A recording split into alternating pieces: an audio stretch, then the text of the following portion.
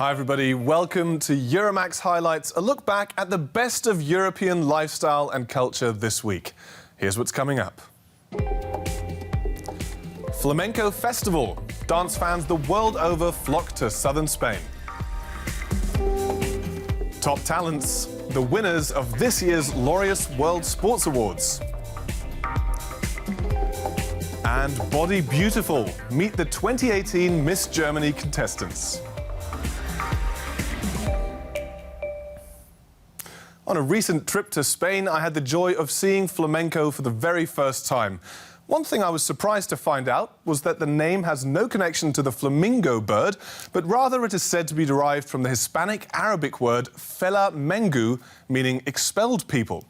It has its roots in Andalusia, and that's where today's show kicks off with the annual Flamenco Festival.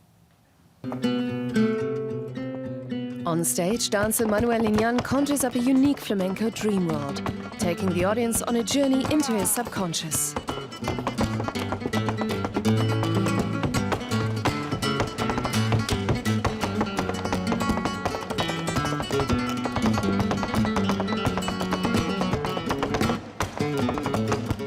His brilliant technique and experimental style let him go wherever his imagination takes him.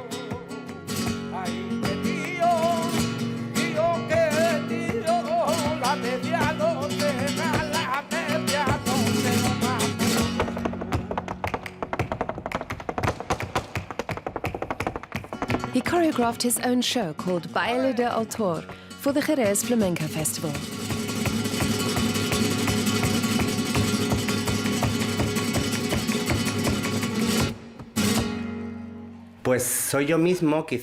The author, that's me. And me is an imaginary individual living in a fantasy world. When I create something new, I'm like a child living out my fantasy. His show boldly challenges conventions, questioning gender roles. It's a deliberate provocation in the macho world of flamenco. It's earned him the respect of critics and audiences alike. Lyon is regarded as one of the world's greatest flamenco dancers.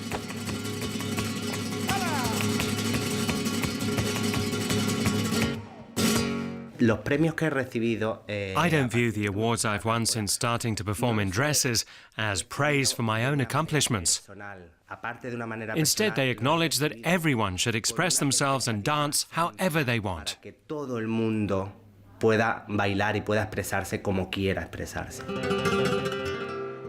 annual Jerez Flamenco Festival has a diverse program. The dance originated in the region of Andalusia and is deeply influenced by Roma culture. Typical flamenco clothing also has a Roma flair. It flatters the figure and features lots of flounces.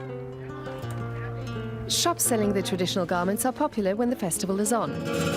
This year, rich reds and purples are in.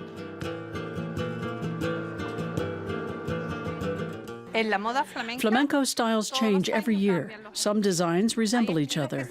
Flamenco costumes are traditional, but they change more than any other type of traditional Spanish clothing. A dress like this can cost several €100. For Andalusian women, flamenco dresses are what the little black dress is to others.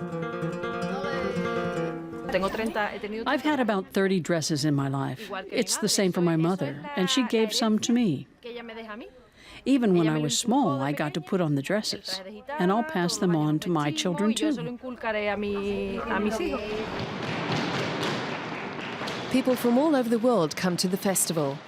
Workshops with famous artists like Mercedes Ruiz are quickly booked up. Lots of dancers have come, especially from Asia.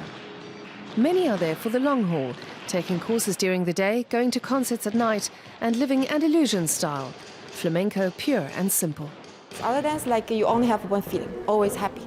But flamenco have different palos, different feelings, so it's expressed. Every day when you dance flamenco is different. It's the same music, but depends on the feeling. When dance, I think this is just who I am, and no matter good or not, this is who I am and my characters are. Midnight performances in the bodegas of Jerez are particularly popular. The concert Mujeres de la Frontera is a homage to the women. It's the classical side of flamenco.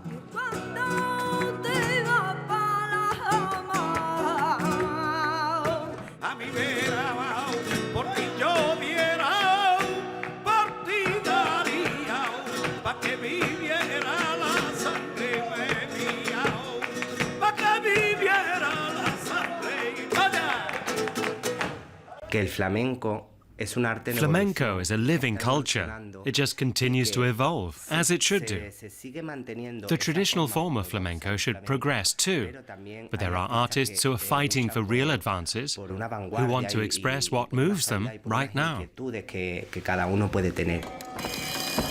And it's this cultural diversity that makes the Jerez Festival so special. Well, it's awards season all over, and of course, that includes the world of sports. Heroic performances at the Olympics or World Championships are celebrated every year at the Laureus Sports Awards in Monaco. The jury is made up of past sporting giants, including tennis stars Boris Becker and Martina Navratilova. And this year, my absolute favourite tennis player was the big winner of the night. The Laureus Academy has chosen Roger Federer. Swiss tennis star Roger Federer has been named Sportsman of the Year 2017. And after he returned from a long break with an injury and then shot right back to the top of the ATP rankings, he was honored for Comeback of the Year 2017 as well.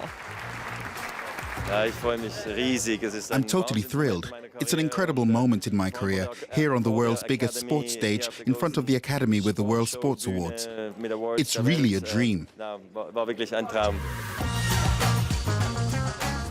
The awards are presented by members of the Laureus World Sports Academy, all of them sporting legends. Boris Becker, for one, who in 1985 became the youngest tennis player ever to win Wimbledon. And Katharina Witt, who took home 2 Olympic gold medals as a figure skater in the 1980s for East Germany and took her place in the ice skating pantheon. Laureus members go out jogging together along Monaco's waterfront. And they take a look at a sports project for socially disadvantaged kids in Nice and surroundings. Boris Becker encounters the unexpected snowfall.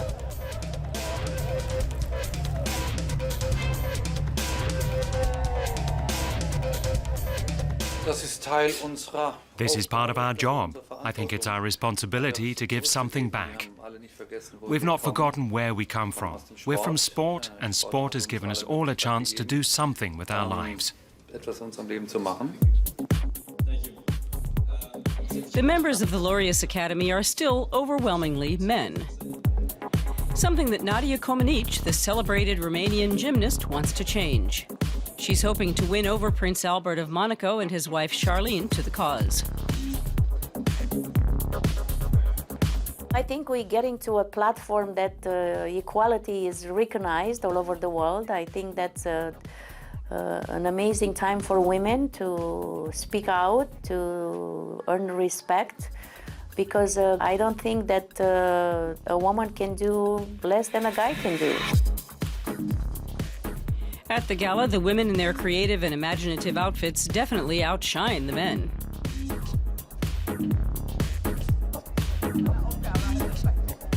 I think it feels fine. I think I'm more comfortable on a balance beam than on the carpet, even though this is a lot wider. But it's fun to dress up. Oh, sure, we're used to being on the red carpet and wearing a nice dress. But it is work. Though it looks like we just snapped our fingers, there's always a great designer in the background. Well, I think we would rather be on a playing field, but you know, we're all in the same boat, so it's okay. And I got very comfortable sneakers on, so I'm good. But it's a man who steals the show tonight.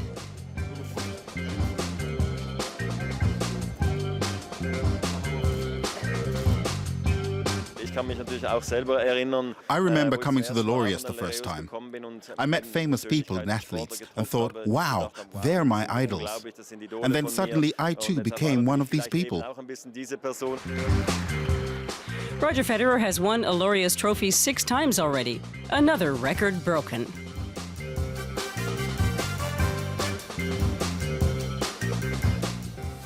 From competitive sports to competitive looks. The Miss Germany pageant took place recently and one of the contestants really stood out. Miss Lower Saxony, also known as Joanna Palamarczuk, showed up with a crew cut, a first for a Miss Germany pageant. There was some serious buzz about it on social media. So are changing beauty standards making a mark on the event? 22 contestants vying for the crown at this year's Miss Germany pageant. Backstage, hairstylists have their work cut out. Juggling curlers, styling wands, hair dryers on multiple heads of long hair. One contestant, though, can relax because her hairstyle is always picture perfect. Joanna Palamarczuk is the reigning Miss Lower Saxony, and her hairstyle isn't just making waves backstage. A candidate with a crew cut is a first here. But she's not getting any special treatment. In the run-up to the pageant, she got on fine with her fellow competitors. It's just hair. My hair's just short. It's no big deal. Our personalities just clicked, and that's what counts. 3 weeks earlier, Joanna is packing her bags for the Miss Germany adventure.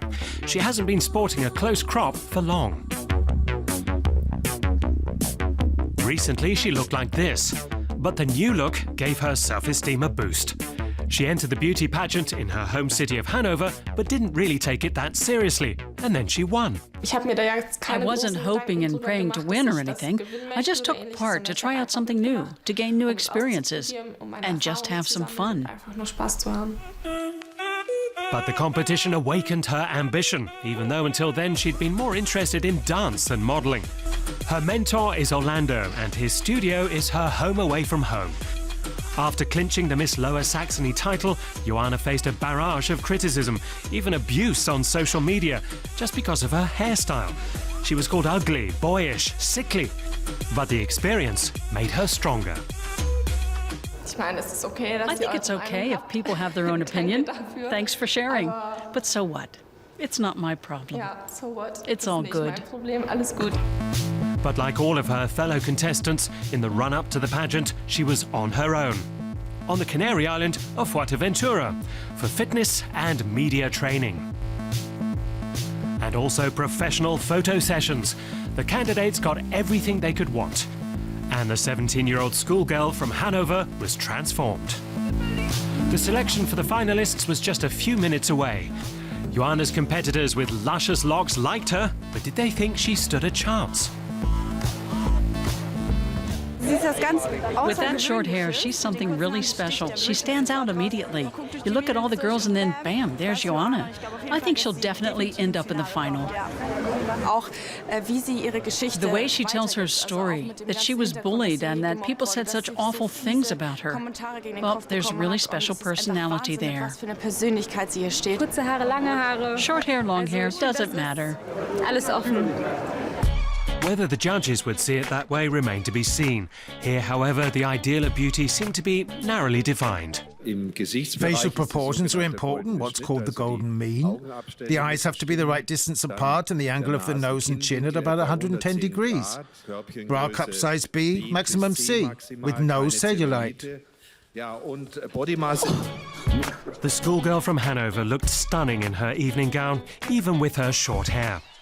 Joanna was determined to stay relaxed no matter what. Then it was time for the swimsuit competition.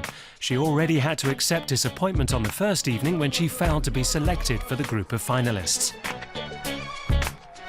Someone else was destined to end up wearing the crown. A student from Stuttgart, 23-year-old Anahita Rehbein, would be chosen as Miss Germany 2018.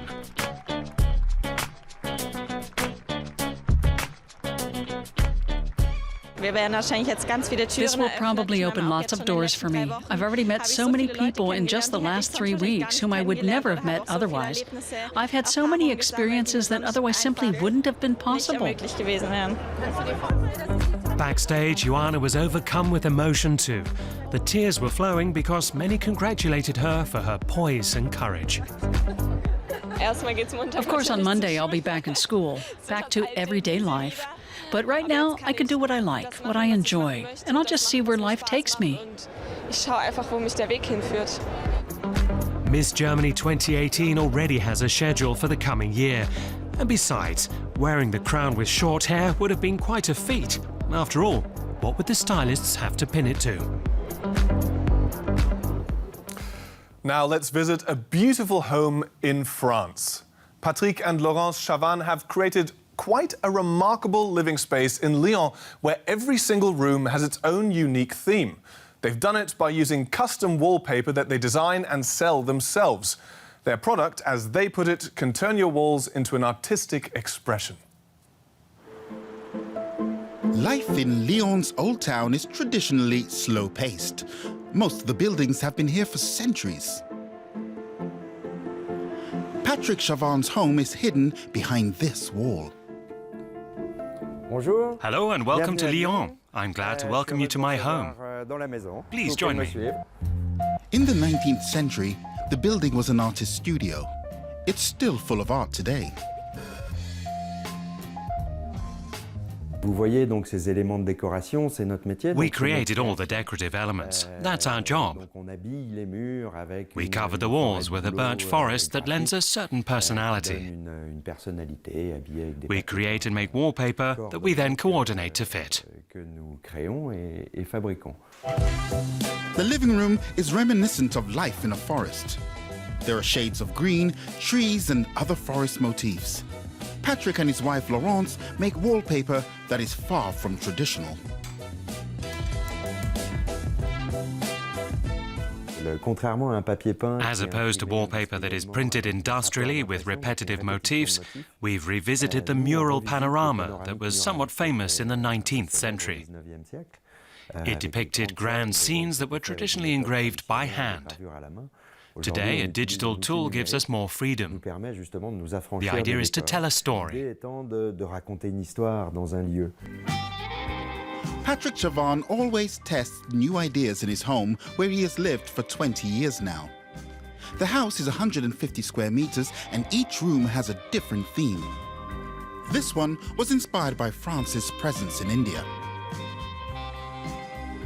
Le thème ici, ce décor s'appelle Pondichéry.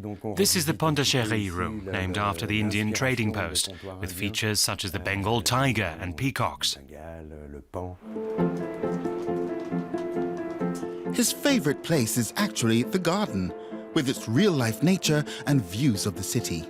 He likes being here at any time of the year. It's wonderful to live in a townhouse and yet feel like I'm almost in the countryside. We're incredibly lucky.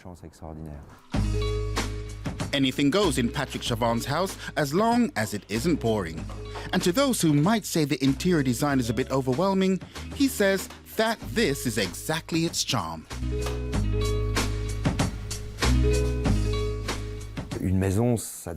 A house has to be alive. I think that a house expresses the character and personality of those who live in it. I think our house reflects our warmth, our taste for life. We like to entertain friends. We're welcoming. I hope our interior design makes people feel that way.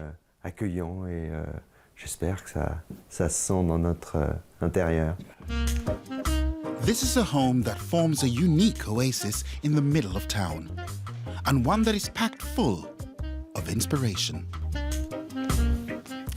Now, for our last report, we go behind the scenes at a top Berlin restaurant.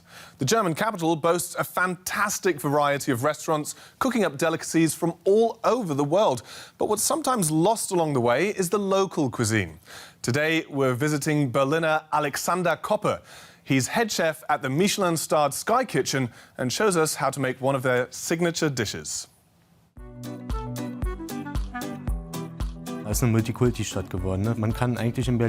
You'll find food from all over the world in Berlin. I love that about this city. Alexander Koppe is executive chef at Berlin's Sky Kitchen restaurant. He's had a Michelin star since 2014.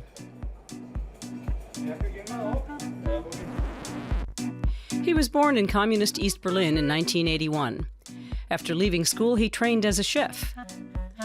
He then went on to work in Husum and Travemünde in northern Germany.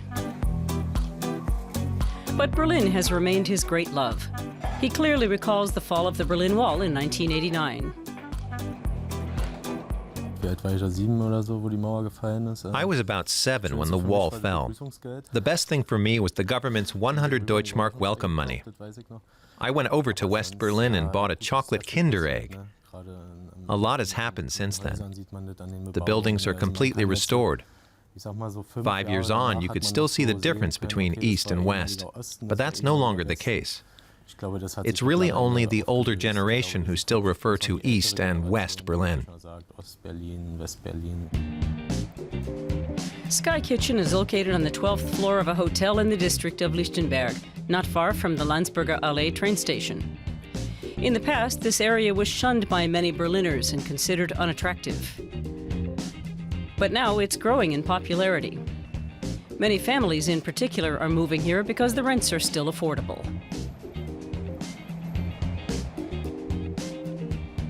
Alexander Koppe spent much of his childhood with his grandparents on their farm in northern Germany. Perhaps that's why he came to love the local cuisine. The star chef still draws many of his ingredients from the region.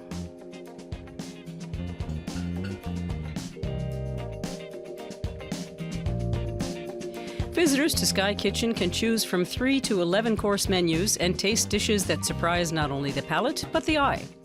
The menu changes 4 times a year. We have so many great ingredients in the world.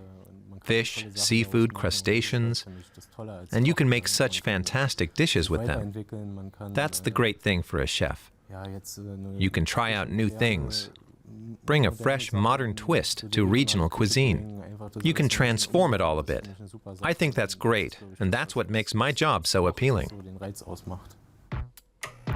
Cauliflower with poached egg yolk is an unusual way to serve a popular German vegetable. Whether cooked in the oven as a light side dish or as a soup, cauliflower is versatile.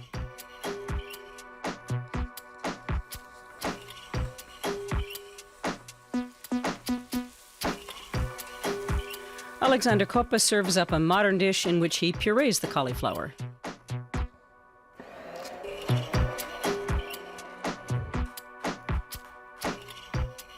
He also serves a vegetable couscous made from various ingredients.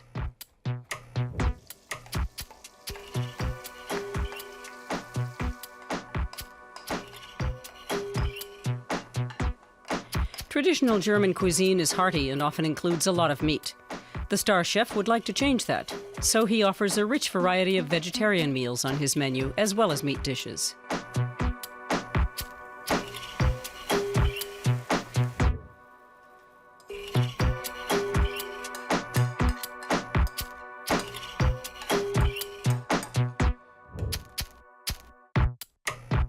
He likes to hark back to old German cooking traditions, but always takes a fresh approach.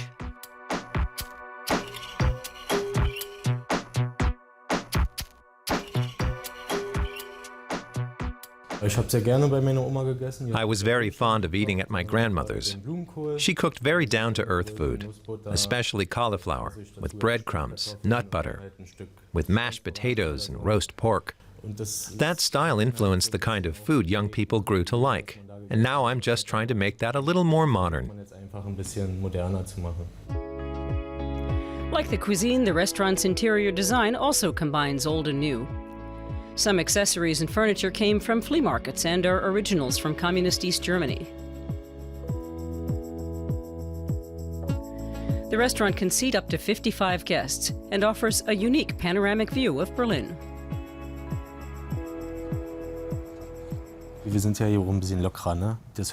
We're quite relaxed here. The service is also more relaxed, which I like. You don't have to wear a suit, and we have all kinds of people who dine here. Completely normal people like me. A lot of the locals come to celebrate a wedding anniversary or birthday. You can treat yourself once a year, and I think that's great that people do that. But if you want to dine at Sky Kitchen, you'll need to be patient. The restaurant is always booked out weeks in advance. But once they get here, most agree it was worth the wait. Hallo, ich habe heute Blumenkohl mit pochiertem Bio-Eigelb für euch zubereitet. Und jetzt wünsche ich euch guten Appetit. That's all we have time for today, but you can always catch up with all reports from this week on our website, dw.com/lifestyle. Thanks for joining us. Bye-bye for now.